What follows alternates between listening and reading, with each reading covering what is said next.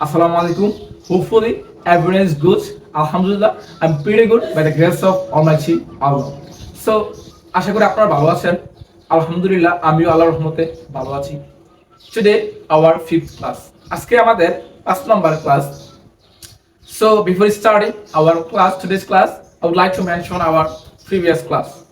অর্থাৎ আপনারা দেখেছেন প্রতিনিয়ত আমি নতুন ক্লাস শুরু করার আগে প্রিভিয়াস ক্লাস অর্থাৎ গত ক্লাসে যা পড়িয়েছিলাম ওইটা একটু রিমাইন্ডার দেওয়ার চেষ্টা করি। অ্যাজ এ কনসিকুয়েন্স আপনার জন্য অনেক ভালো হচ্ছে, ঠিক আছে? কারণ আমরা গত ক্লাসে পড়েছিলাম আমরা কোথাও যাব, কোনো কিছু করব, কোনো কিছু খাবো, কোথাও যাব, কোন কাজ করব, অর্থাৎ in future something you will do, অর্থাৎ ভবিষ্যতে আপনি কোনো কিছু করবেন। ওই সবগুলা কথা আপনি একটা স্ট্রাকচার দিয়ে বলতে পারবেন। ওই স্ট্রাকচারটা কি ছিল? What was the structure? There was subject, তারপর হচ্ছে শ্যাল অথবা উইল, তারপর বি1, তারপর হচ্ছে extension whatever you can add something with this. Okay, তাহলে সেটা কি হবে? ধরেন আমি যাই, কিন্তু কোথায় যাই? স্কুলে যাই। তাহলে আমি বলেছিলাম আমি যাব, কোথায় যাব? স্কুলে যাব। তাহলে কোথাও যাওয়া বোঝাতে আমরা বলেছিলাম প্রিপোজিশন টু ব্যবহার করি, ঠিক আছে? তাহলে আমি স্কুলে যাব, I will go to school. আমরা স্কুলে যাব, উইল গো টু স্কুল। তুমি স্কুলে যাবে, you will go to school. তোমরা স্কুলে যাবে, you will go to school. তারা স্কুলে যাবে, they will go to school. সে স্কুলে যাবে, he will go to school. সে স্কুলে যাবে, she will go to school. ইয়া স্কুলে যাবে, it will go to school. Kamal স্কুলে যাবে, Kamal will go to school. Okay, so that was our previous class. Just I have reminds again you. So আজকে আমাদের ক্লাস হচ্ছে কিভাবে আমরা পজিটিভ একটা বাক্যকে নেগেটিভ বানাবো এবং যত নেগেটিভ আছে প্রেজেন্টে সবগুলো নেগেটিভ আমরা এই স্ট্রাকচার দিয়ে বলতে পারবো। তাহলে আপনার জন্য খুবই ইজি হয়ে যাচ্ছে। আপনি কোনো কিছু করবেন না, তাহলে সেটা কিভাবে বলবেন? আপনি আপনি স্কুলে যাবেন না, তাহলে এটা কিভাবে বলবেন? আপনি খেলবেন না, কিভাবে বলবেন? আপনি কাজ করবেন না, কিভাবে বলবেন? জাস্ট আপনি এটা দিয়ে সবগুলা নেগেটিভ, বর্তমানে নেগেটিভ গুলা আশা করি বলতে পারবেন, ঠিক আছে? তাহলে watch the video until finish. If you have any query, you can make in comment box. Understand? তাহলে দেখি আমরা আজকের স্ট্রাকচারটা কি, ঠিক আছে? সেটা হচ্ছে আমরা অ্যাজ ইউজুয়াল আগের স্ট্রাকচারটা রেখেছি।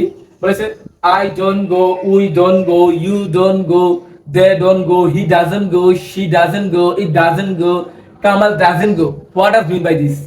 এগুলোর মানে কি? তাহলে এখানে ডোন্ট মানে হচ্ছে নেগেটিভ, ডোন্ট মানে নেগেটিভ, ঠিক আছে? তাহলে এই ডোন্টটা আসলে কি? এটা হচ্ছে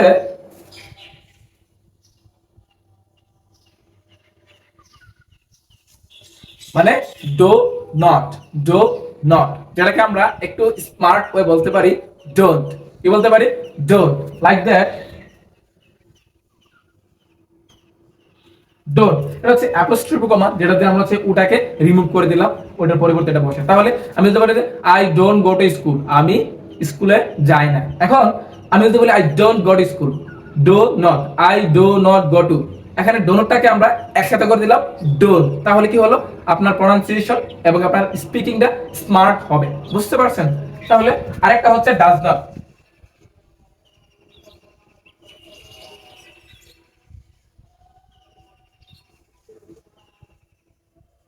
তাহলে ডাজ নট সেটাকে আমরা বলতে পারি ডাজন। কি বলতে পারি? ডাজন। আমি বললাম যে সে স্কুলে যায় না, তাহলে আপনি বলতে পারেন she does not go to school.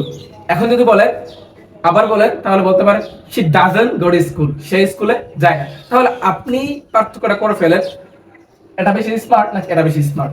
সে স্কুলে যায় না, she does not go to school, কিন্তু আপনি বলেন she doesn't go to school. তাহলে ডাজন্ট পড়লে হচ্ছে স্মার্ট হয়। দ্যাটস ওয়াই এটা এখানে লিখেছি এবং আমি আপনাকে বুঝিয়ে দিয়েছি পার্থক্য কি এবং হচ্ছে এটার মানে এটা, এটার মানে এটা। ক্লিয়ার? ওকে, আন্ডারস্ট্যান্ড? তাহলে আপনি কোনো কিছু করেন, ধরেন আপনি স্কুলে যান না, আপনি কাজ করেন না, আপনি পড়াশোনা করেন না, আপনি খেলাধুলা করেন না, আপনি রান্না করেন না, আপনি কোনো কিছু সেভিংস করেন না, আপনি কোনো কিছু কেনাকাটা করেন না, হোয়াটএভার ইট ইজ, আপনি জাস্ট সবগুলা কথা এই স্ট্রাকচারটা দিয়ে বলতে পারবেন, ঠিক আছে? তাহলে আমরা দেখি আসলেই বলা যায় কিনা। এটা কি বলা আমাদের জন্য সহজ নাকি অনেক কঠিন, ঠিক আছে? দেখেন আসলে আই ডোন্ট গো, আমি যাই না, উই ডোন্ট গো, আমরা যাই না। ইউ ডোন্ট গো, তুমি যাও না। অর ইউ ডোন্ট গো, তোমরা যাও না। দে ডোন্ট গো, তারা যায় না। হি ডাজন্ট গো, সে যায় না।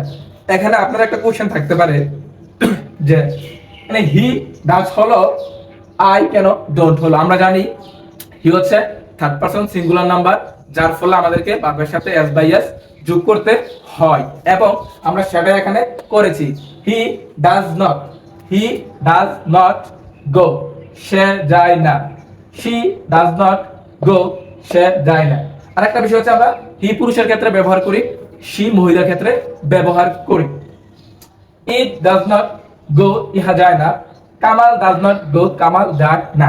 তাহলে আমি বললাম যায় না, ঠিক আছে। এখন যদি বলি আসে না, তাইলে কি হবে?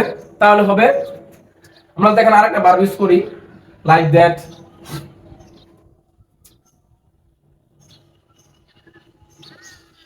বাই অর্থ ক্রয় করা, কোনো কিছু কেনা। তাহলে আমি যদি বলি আই ডোন্ট বাই, আমি ক্রয় করি না। উই ডোন্ট বাই, আমরা ক্রয় করি না। ইউ ডোন্ট বাই, তুমি ক্রয় করো না। দে ডোন্ট বাই, তারা ক্রয় করে না। হি ডাজ নট বাই, সে ক্রয় করে না। শি ডাজ নট বাই, সে ক্রয় করে না। ইট ডাজন্ট বাই, ইহা ক্রয় করে না। কামাল ডাজন্ট বাই, কামাল ক্রয় করে না। এখন আপনি যেটা ক্রয় করেন না সেটা জাস্ট শুধু আপনার এই এক্সটেনশনটা অ্যাড করে দিবেন, তাহলে আপনার সেন্টেন্স হয়ে যাচ্ছে। তাহলে আপনারা বুঝতে পারলেন কোনো কিছু নেগেটিভ করলে খুব সহজেই একটা স্ট্রাকচার দিয়ে বলতে পারতেছেন। তাহলে আপনারা চিন্তা করেন যে ইংরেজিতে কথা বলা কতটুকু কঠিন মনে করতেন, বাট এটা কি আসলেই কঠিন? না। It depends on your practice, it depends on your dedication, it depends on your mindset. আপনাকে ইংরেজি শিখতে হলে অবশ্যই একটা ভালো মাইন্ডসেট তৈরি করতে হবে, যেটা আপনাকে সাহায্য করবে ইংরেজি শেখার জন্য। Not only English but also whatever you can like something, you can learn something, you have to be a smart mindset that at any cost I will learn this. অর্থাৎ whatever happens surrounding you, you don't care, just you have a goal that you have a mindset, you will learn this. What people say about you, this is not your problem. অর্থাৎ মানুষ কি বললো সেটা আপনার দেখার বিষয় না। আপনার দেখার বিষয় হলো আপনি একটা জিনিস শিখবেন, আপনি একটা মাইন্ডসেট তৈরি করেছেন, দিস এনাফ ফর ইউ, এটা আপনার জন্য যথেষ্ট। ঠিক আছে, বুঝতে পারছেন? তাহলে এখন যদি আমি আরো একটা ভার্ব ইউজ করি এখানে, রিড।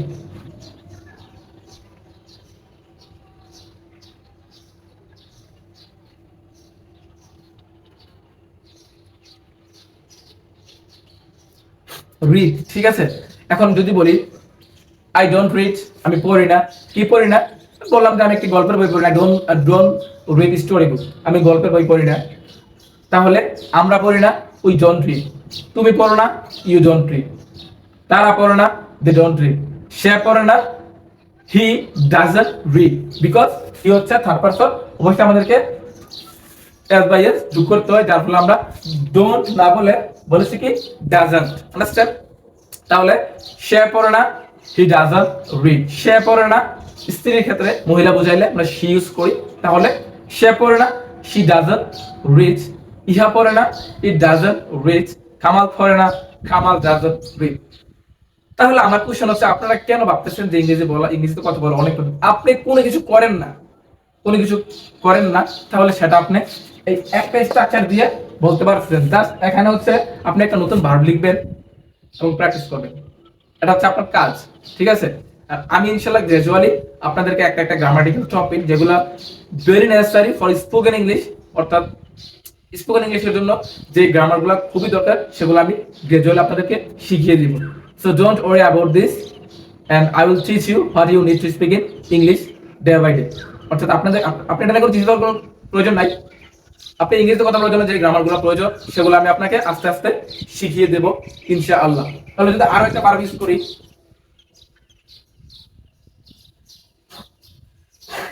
কুক করতো রান্না করা, কুক করতো রান্না করা। তাহলে যদি বলি আই ডোন্ট কুক, আমি রান্না করি না। ইউ ডোন্ট কুক, তুমি রান্না করো না। ওকে, সো উই ছিল, ফার্স্ট উই ছিল। তাহলে উই ডোন্ট কুক, আমরা রান্না করি না। তারপর হচ্ছে ইউ ডোন্ট কুক, তুমি রান্না করো না। অ্যাগেইন ইউ ডোন্ট কুক, তোমরা রান্না করো না। দেন দে ডোন্ট কুক, তারা রান্না করে না। তারপর হচ্ছে হি ডোন্ট নয় doesn't, because he is the he is third person here, and that's why I have to use as or yes with this. Okay, তাহলে he doesn't cook, সে রান্না করে না। she doesn't cook, সে রান্না করে না। it doesn't cook, ইহা রান্না করে না। অর্থাৎ এটা আমার এখানে লেখার কথা ছিল, তাহলে আমি মুখে মুখে বলে দিলাম যাতে করে আপনাদের সময় নষ্ট না হয়, কারণ আমি বারবার এই জায়গায় লিখতে গেলে আপনাদের সময় নষ্ট হবে। So I'm always concerned to save you time. So I don't like to waste your time by telling something which is not important in your life. Okay, so তাহলে আমি এখানে বাংলা লিখি নাই, কারণ বারবার লিখতে গেলে অনেক সময়ের প্রয়োজন। আশা করি বুঝতে পেরেছেন। তাহলে she doesn't cook, সে রান্না করে না। কামাল doesn't cook, কামাল রান্না করে না। অর্থাৎ থার্ড পারসন সিঙ্গুলার হলে as by as যোগ করে দিবেন। তাহলে আমরা বুঝতে পারলাম আমরা যতগুলো নেগেটিভ সেন্টেন্স বলি বর্তমানে, তাহলে সবগুলো আমরা একটা স্ট্রাকচার দিয়ে বলতে পারি। সেটা হচ্ছে কি টু, সরি সেটা হচ্ছে কি ডোন্ট ইউজ করে, অর্থাৎ নেগেটিভ ফর্ম ইউজ করে আমরা হচ্ছে সবগুলা বাক্যকে কি করতে পারি, নেগেটিভ করে ফেলতে পারি, যেগুলো আমাদের প্রেজেন্টে বর্তমানে বলতে হয়। এবং আমি আস্তে আস্তে নেক্সট ক্লাসে বলবো যেগুলোতে ভবিষ্যতে বলবেন, যেগুলো হচ্ছে আগে করেছিলেন আগের কথাগুলো বলবেন নেগেটিভ বাকি, ওগুলো আমি শিখাবো। তাহলে আশা করি এই ক্লাসটা আপনার জন্য অবশ্যই উপকারী হবে, আপনি যদি মনোযোগ দিয়ে করেন এবং প্র্যাকটিস করেন। আপনি একটা কাজ করবেন, সেটা হচ্ছে আপনি আপনার খাতার এক পাশে, ঠিক আছে, এক সাইডে হচ্ছে একটা পাশে minimum you have to write 10 vocabularies and then you will practice with these vocabularies. This is your task. If you do this, inshallah you can learn it easily. আপনি যদি এটা করেন অবশ্যই আপনি শিখতে পারবেন, ঠিক আছে। তাহলে আপনি আশা করি at least 10টা vocabulary লিখবেন এবং ওগুলা দিয়ে প্র্যাকটিস করবেন। As a result, your English will be improved gradually. So thank you so much for watching this video. আর একটা কথা বলে নেই, আপনি যদি মনে করেন যে আপনার এই ভিডিওটা শেয়ার করলে আপনার বন্ধুর কাছে বা আপনার পরিচিত কারোর কাছে শেয়ার করলে সেটা আপনার জন্য ভালো হবে, অ্যাজ ওয়েল অ্যাজ এটা আমার জন্য ভালো হবে। তাহলে ওই শিখতে পারলো, আমারও হচ্ছে ভিডিওগুলো এক্সপান্ড হলো, ঠিক আছে। এটা আপনার ইচ্ছা, আপনি চাইলে করতে পারেন, না চাইলে কোনো সমস্যা নাই। So thank you again for watching the video. আল্লাহ হাফেজ।